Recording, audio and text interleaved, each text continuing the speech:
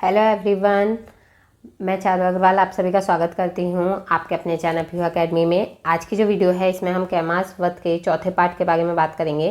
ठीक है, कैमास वध का जो चौथा पार्ट है इसके बारे में हम यहाँ बात करने वाले हैं। तो सबसे पहले मैं आपको बता दूँ कि ये पृथ्वीराज गासो से लिया गया है। ठीक है, और इसके लेखक चंद्रवरदाई हैं, संपादक माता प्रसाद गुप्त हैं। ये हमारा पार्ट 4 है जिसमें कि हम जो छंद हैं हमारे 15 छंद हो चुके हैं। छंद 16 से लेके 20 तक की बात करेंगे। कितने? 16 से लेके 20 तक के। ठीक है, तो 5 छंद हम यहाँ पर देखने वाले हैं आज की वीडियो में। और उसके अलावा अगर आप चैनल पे नए हैं तो चैनल को सब्सक्राइब कर लें, साथ ही नोटिफिकेशन बेल को प्रेस कर दीजिएगा जिससे आने वाली वीडियोस की नोटिफिकेशन आपको मिलती रहे। इससे पहले की जो भी वीडियोस हैं उसका लिंक आपको डिस्क्रिप्शन में मिल जाएगा। मैंने प्लेलिस्ट तैयार कर दी है तो वहाँ पर आप जाके देख सकते हैं। ठीक है, एक एक करके आप पूरी वीडियो देख लीजिएगा। इससे पहले एक बुक कंप्लीट हो गई है, संदेश रासक। ठीक है, तो ये पेपर 1 है। एक एक करके हम पेपर कंप्लीट करेंगे अपने। तो चलिए वीडियो को स्टार्ट करते हैं। देखिए यहाँ पे मैंने नोट भी किया था, तो यहाँ पे लिखा हुआ भी है 16 से लेके 20 तक के छंद इसमें बताए गए हैं। छंद देखिए, छंद नंबर 16। भई प्रत्यक्षे कबिब मणि आई, उगती उकंठ कंठ समुहाई, वाहन हंस अंश सुखदाई, तब तिहि रूप चंद कवि खाई। तो यहाँ पे संदर्भ आपका वही रहने वाला है। संदर्भ में किसी भी तरीके का कोई बदलाव नहीं किया जाएगा। ठीक है, संदर्भ क्या है आपका? प्रस्तुत छंद चंद्रवरदाई द्वारा रचित पृथ्वीराज गासो महाकाव्य के कैमास वध से लिया गया है। इसके संपादक माता प्रसाद गुप्त हैं। ठीक है, संदर्भ में कोई बदलाव नहीं रहेगा। पांचों जितने भी आपके, वैसे तो जो 43 आपके पूरे के पूरे यहाँ छंद हैं उसमें सभी में सेम छंद रहेगा, लेकिन आज की वीडियो के लिए जो हमारे 5 यहाँ पे छंद लिए गए हैं उन सभी में यही संदर्भ रहने वाला है। ठीक है, प्रसंग देखिए। इस छंद में सरस्वती माता का चंद के सामने प्रत्यक्ष रूप में आना बताया गया है। यानी कि कवि जो चंद्रवरदाई हैं उनके सामने सरस्वती माता जो है प्रत्यक्ष रूप में आती है, उनके सामने आती है, उन्हें दिखाई देती हैं। व्याख्या देखिए। सरस्वती प्रत्यक्ष हुई और चंद कवि के मन में आई। यानी कि चंद कवि के मन में, कहने का मतलब है स्वप्न में ही जो चंद्रवरदाई हैं उनके सामने जो सरस्वती माता है वो प्रकट हुई। तो सरस्वती माता से जो बात कर रहे थे चंद्रवरदाई, उनके सामने आने के लिए क्या कहते हैं, वो भी सब स्वप्न में ही चल रहा है। ऐसा नहीं है सामने से सरस्वती माता आ गई हैं, तो सब कुछ ये स्वप्न में ही चल रहा है। परिणाम स्वरूप है ना, परिणाम स्वरूप यानी कि उसके बाद उक्तियों की उत्कंठा कवि के कंठ में समूहाने यानी आगे आने लगी। यानी कि जो उन्होंने उक्तियाँ सुनी थी, यानी कि लोगों के द्वारा जो बातें सुनी थी वो बातें, वो चीज़ उनके कंठ में आने लगी। यानी कि जो रूप उन्होंने सरस्वती माता का सुना था वो रूप वो देखने लगे। सरस्वती का वाहन सुखदायक हंस का अंश यानी कंधा था। तो सरस्वती माता के लिए वाहन कौन है? ये सभी जानते हैं कि हंस को सरस्वती माता का वाहन माना जाता है। ठीक है, तब उस सरस्वती के रूप का चंद ने इस प्रकार ध्यान किया। तो यहाँ पे ये बात कही गई है कि सरस्वती माता का जो रूप है तो उसका ध्यान किया, यानी कि वो सरस्वती माता का जो रूप है वो उसे दिखाई दिया। किसे? कवि चंद्रवरदाई को। तो उन्हें कैसे देखा? सरस्वती माता को उनके जो वाहन है हंस के कंधे पर बैठे हुए देखा। ठीक है, यहाँ पे देखिए छंद कौन सा है? अडिल्ला छंद है, अलंकार अनुप्रास है, भाषा इसमें डिंगल है। आगे देखिए, ये थोड़ा बड़ा है यहाँ पे। ठीक है, तो हम थोड़ा थोड़ा करके इसे पढ़ेंगे और इसका अर्थ भी जो है वो देखते रहेंगे। ठीक है, यहाँ पे क्या है, यहाँ पे मैं आप लोगों को बता दूँ कि ये वाला जो आपका छंद है, ये छंद नंबर 17, ये सबसे इम्पॉर्टेंट और सबसे बड़ा यहाँ पे छंद है। वैसे तो ये जो एग्ज़ाम है उसमें नहीं दिया जाएगा। ये इम्पॉर्टेंट क्यों है? क्योंकि ये जो कैमास वध है इसमें क्या है कि इसमें जो माता सरस्वती हैं उनका पूरा नक्शिक वर्णन इसमें किया गया है। यानी कि उनके सिर के बाल से लेके उनके पैर के अंगूठे तक का उनका जो वर्णन है वो यहाँ पर किया गया है कवि चंद्रवरदाई द्वारा। ठीक है, तो यहाँ पे देखिए, यहाँ पर प्रसंग में दिया भी गया है कि यहाँ कवि चंद्रवरदाई द्वारा सरस्वती माता के संपूर्ण रूप का वर्णन किया गया है। प्रसंग आपका ये रहा, और साथ ही आपका जो संदर्भ है वो ये है। संदर्भ में भी कोई बदलाव नहीं किया गया है। अब यहाँ से हम धीरे धीरे करके लाइन पढ़ेंगे और साथ ही व्याख्या भी देखते रहेंगे। ठीक है, पहली लाइन देखिए। मगाल बाल आसनन।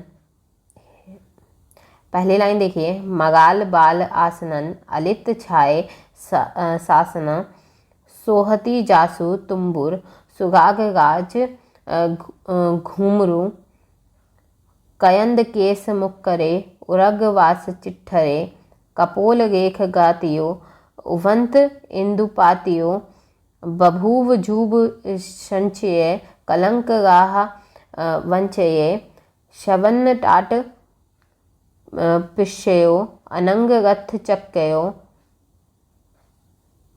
उच्छमी वगी पंजयो तिगंती गूप गंजयो सुवाल कीग सुध्यो तकंत गत विव्यो दिपत तुच्छिट दिठ्यो विचि अनाग फुट्टियो।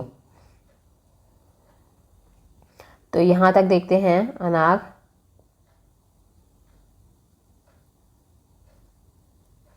यहाँ तक देखते हैं हम अनाग फुट्टियो तक। ठीक है, तो व्याख्या है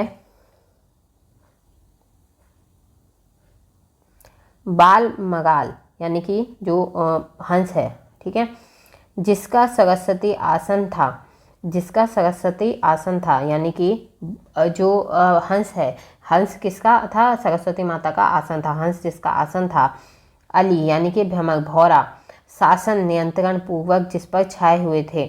तो जो भौरे हैं वो जिस पर छाए हुए थे, जिसकी वीणा का तुम्बा शोभा दे रहा था, यानी कि जो वीणा है, वीणा होती है सरस्वती माता के हाथ में, तो वो शोभा दे गई थी, जिससे निकलते हुए अच्छे गागों का घूम शोभित हो रहा था, यानी कि उसके उससे जो गाग निकल रहे थे, उसकी जो धुन थी वो क्या है? शोभित हो रही थी। कलिंद के सामने, सॉरी, कलिंद के समान जिसके श्याम केश मुक्त थे, यानी कि जो केश थे वो कैसे थे? खुले हुए थे, जैसे सुबास के उर्ग सर्प बैठे हों। कैसे थे? घुंघराले बाल थे और खुले हुए थे। जिसके शरीर में कपोलों की रेखा ऐसी लगती थी मानो इंदु चंद्रमा प्रातः काल में उदित हुआ हो, जो राहु के कलंक से बचने के लिए अपने मृगरथ के रेखा के बीच रहा हो। यानी कि ऐसे लग रही थी, जो कपोलों की रेखा थी यानी कि माथे की जो रेखा थी वो ऐसी लग रही थी जैसे कि चंद्रमा की किरणें हों। ठीक है, और जो राहु से बचने के लिए यहाँ पर आ गई हों। कानों में ताकत दिखाई पड़ रहे थे, जो ऐसे लगते थे मानो अनंग रथ के चक्र हों। तो यहाँ पे कानों के कुंडल की बात की गई है, वो कैसे लग रहे थे? रथ के चक्र के समान। जिसके नेत्र ऐसे थे जैसे दो छोटे वागी खंजन रूप के रंजित जल में तैर रहे हों। यानी कि नेत्र कैसे बताए गए हैं? छोटे वरी खंजन के समान बताए गए हैं, जो जल में तैर रहे थे। ठीक है, जिसकी नासिक ऐसी थी मानो, यानी कि नासिक या नाक ऐसी थी मानो सीधा सगल स्वभाव का बालकोर, लाल बिंबा पर सदस्य ओठो यानी होठों को ताक रहा हो। ठीक है, तो नाक क्या है? सीधी थी, जो कि होठों को देख रही हो। जिसके दांत ऐसे थे तुच्छ, छोटे और दीप्त दिखाई दे गए थे, यानी कि दांत कैसे थे? छोटे थे और साफ दिखाई दे गए थे, मानो अनार का फल बीज से फट गया हो। ठीक है, अनार का फल बीज से फट गया हो, अनार के समान दिख रहे थे। फिर देखिए आगे, सुग्रीव कंठ मुत्तयो सुमेघ गंग पत्तियो भुजा सा जसु तुंडर सुगति लग्गी अमगह नशादि अध्र रक्षिणा खगति सच्छ लक्षणा कनक सा विपचय सुगाग शीस दिठया विवध रोम गिथये मनु पीपल रिंगये हगिंति छवि जामिनी कडिंतहीनी कामिनी अभास दोष बचही सुहु तदेव संचही अपुष्ठ गंभ नाग हुए अदेव बंभु मानुए।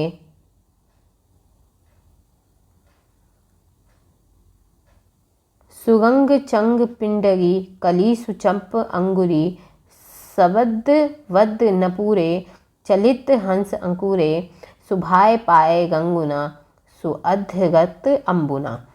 तो इसी के साथ यहाँ पे आपका ये जो छंद है वो कंप्लीट होता है और अर्थ देखते हैं इसका। जिसकी गिरवा में मुक्तामाल थी, गिगवा में मुक्तामाल थी, जो ऐसी लगती थी मानो सुमेरु ने गंगा को प्राप्त किया हो। सुमेरु पर्वत है, उसने गंगा को प्राप्त कर लिया हो। जिसकी भुजाओं में टोडर थे, जिसके अंबर यानी चीर यानी कपड़े में रक्तिका घुंघचो लगी हुई थी, जिसके नख आर्ध कोमल और रक्षित थे और स्वच्छ लक्षणों को धारण करते थे। कनक का विपचित्र जड़ाव युक्त जिसका सुंदर शरीर शीश यानी शशि फूल दिखाई पड़ रहा था, तो जिसका विविक्त दस्यभूत प्रकट रोमावली थी, जो ऐसी लगती थी मानो पिपिलाएं रेंग रही हों, जो वामिनी की छवि का अपहरण करती हो, ऐसी क्षीण जिस कामिनी की कंठी थी, जिसके गुहा प्रदेश का वर्णन न करके अपभाष्य दोष से बचते और देवता शुभ का संचय करते हैं, जिसकी जांघें अपुष्ट कोमल कंदली नाल के सदस्य थी, मानो वह अदेव अनीश्वर विश्वासी के स्थूल ब्रह्म हो, जिसकी पिंडलियां सुंदर और अच्छी थीं, जिनकी उंगलियां चंपा की कलियों के समान थी, जिसके नुपुर शब्द कर रहे थे मानो मगाल चल रहा हो, और जिसके पैर स्वाभाविक रीति से ऐसे रंजित थे मानो उनके नीचे रक्त फसल हो। तो यहाँ पे देखिए जो सरस्वती माता थी, उनका जो वर्णन है वो किया गया है, यानी उनके पैरों तक आया गया है, उनके सिर के बाल की, माथे की लकीरें, आँख, कान, सबका जो वर्णन है वो यहाँ पे कवि ने कहा है। और साथ ही ये भी कहा है कि जो उनका गुहा प्रदेश है उसका वर्णन ना करके मैं आभाष्य दोष से बच रहा हूँ। ठीक है, तो यहाँ पे इस तरह से ये वर्णन किया गया है। आपके एग्जाम में अगर ये छंद पूछा जाता है तो ये छंद जो है ये काफ़ी इंपॉर्टेंट छंद है, लेकिन आपसे पूरा नहीं पूछा जाएगा। इसे आपको बहुत ध्यान से पढ़ना होगा, क्योंकि इसकी जो 4-5 लाइन है वो उठाएंगे, वो दे देंगे आपको, और उसमें आपको वर्णन बताना होगा। ठीक है, तो लेकिन स्टार्टिंग ही 4-5 लाइन देंगे, तो स्टार्टिंग अच्छे से देख लीजिएगा कि स्टार्ट कहाँ से हो रहा है, किस तरह से हो रहा है, और फिर आपको इसका जो वर्णन है वो लिखना है। लेकिन आपको वर्णन उतना ही लिखना है जितना कि आपको पंक्तियों में पूछा जाएगा। ठीक है, पूरा वर्णन नहीं लिखना है। ठीक, विशेषताएं देखते हैं। विशेषताओं में अलंकार है, इसमें अनुप्रास अलंकार है, उपमा अलंकार है, उत्प्रेक्षा अलंकार है, साथ ही डिंगल भाषा है, और छंद इसमें अंधनागाज छंद है। ठीक है, अंधनागाज छंद है। आगे देखिए 18वां है यहाँ पर, अंबुज विकस बास अली आई, सामी वैनी सुंदरी समझायो, निष्पल पंच घट्य दोई घायो, अपेटक नशे नृप आयो। इसमें देखिए संदर्भ वही रहेगा, संदर्भ में किसी तरीके का कोई बदलाव नहीं हुआ है। प्रसंग देखिए, यहाँ पृथ्वीराज के आखेट से लौटने की बात की गई है। ठीक है, तो आखेट पे यानी कि वो शिकार पे गए थे, पटरानी को सब कुछ सौंप गए थे, लेकिन अब की बार वो पटरानी से भी ले लेंगे क्योंकि वो वापस आ गए हैं। ठीक है, अब वो दिल्ली पे आ गए हैं, तो अब अपनी जिम्मेदारी पृथ्वीराज खुद संभालेंगे। व्याख्या देखिए यहाँ पर, सवेगा होने पर कमलिनी विकसित होने लगी और उसकी सुवास के लिए अली भ्रमर आ गए, यानी कि जो भौगे हैं वो आ गए। स्वामी अली ने वचनों में सुंदरी कमलनी को समझाया, यानी कि जो भंवरा है उसने जो कमलनी है उसे समझाया। रात्रि में 2 घड़ी तथा 5 पल राजा पृथ्वीराज दौड़े थे, अब वह आखेटक को समाप्त कर आए हैं। यानी कि जो पृथ्वीराज हैं वो रात में 2 घड़ी और 5 पल के लिए जो है वो दौड़े थे, और अब जो है वो अपने आखेट को, अपने शिकार को, वो शिकार पे गए थे तो वो अपने जो खेल है उसे समाप्त करके आ गए हैं, शिकार पे से वापस लौट आए हैं। ठीक है, इसके बाद आप इसकी विशेषताएं देखिए। छंद है इसमें अडिल्ला, अलंकार है अनुप्रास, और भाषा है इसकी डिंगल। ठीक, अगला देखिए, अगला छंद है मझज पहूर पुच्छैत ही पंड्य, कही कवि विजय साहजी दंड्य, सकल सूर बोलिब संभमंड्य, आशीष जाई दीघ कवि चंड्य। इसमें भी देखिए संदर्भ में किसी तरीके का कोई बदलाव नहीं है, संदर्भ आपका वही रहेगा। ठीक है, प्रसंग देखिए, प्रसंग में यहाँ पृथ्वीराज विजय ग्रंथ की बात कही गई है, यानी कि जो पृथ्वीराज विजय ग्रंथ है एक ठीक है, वो लिखा गया है। तो उसकी बात कही गई है कि यहाँ पे बताया गया है कि पृथ्वीराज विजय जो ग्रंथ है वो कैसा है और क्या है। व्याख्या देखिए, स्वयं राजा पृथ्वीराज का उस संपत्ति को परमारी पटरानी को सौंपकर वन लौट गया। तो यहाँ पे क्या है कि जो राजा थे वो क्या है,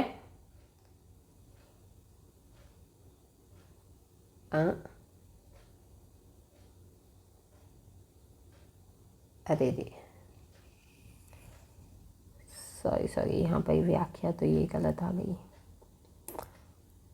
चलिए मैं यहाँ पर आपको इसी में से व्याख्या बता देती हूँ, ठीक है, इसी की यहाँ पर मैं आपको अनुवाद करके बता देती हूँ। तो यहाँ पर जो है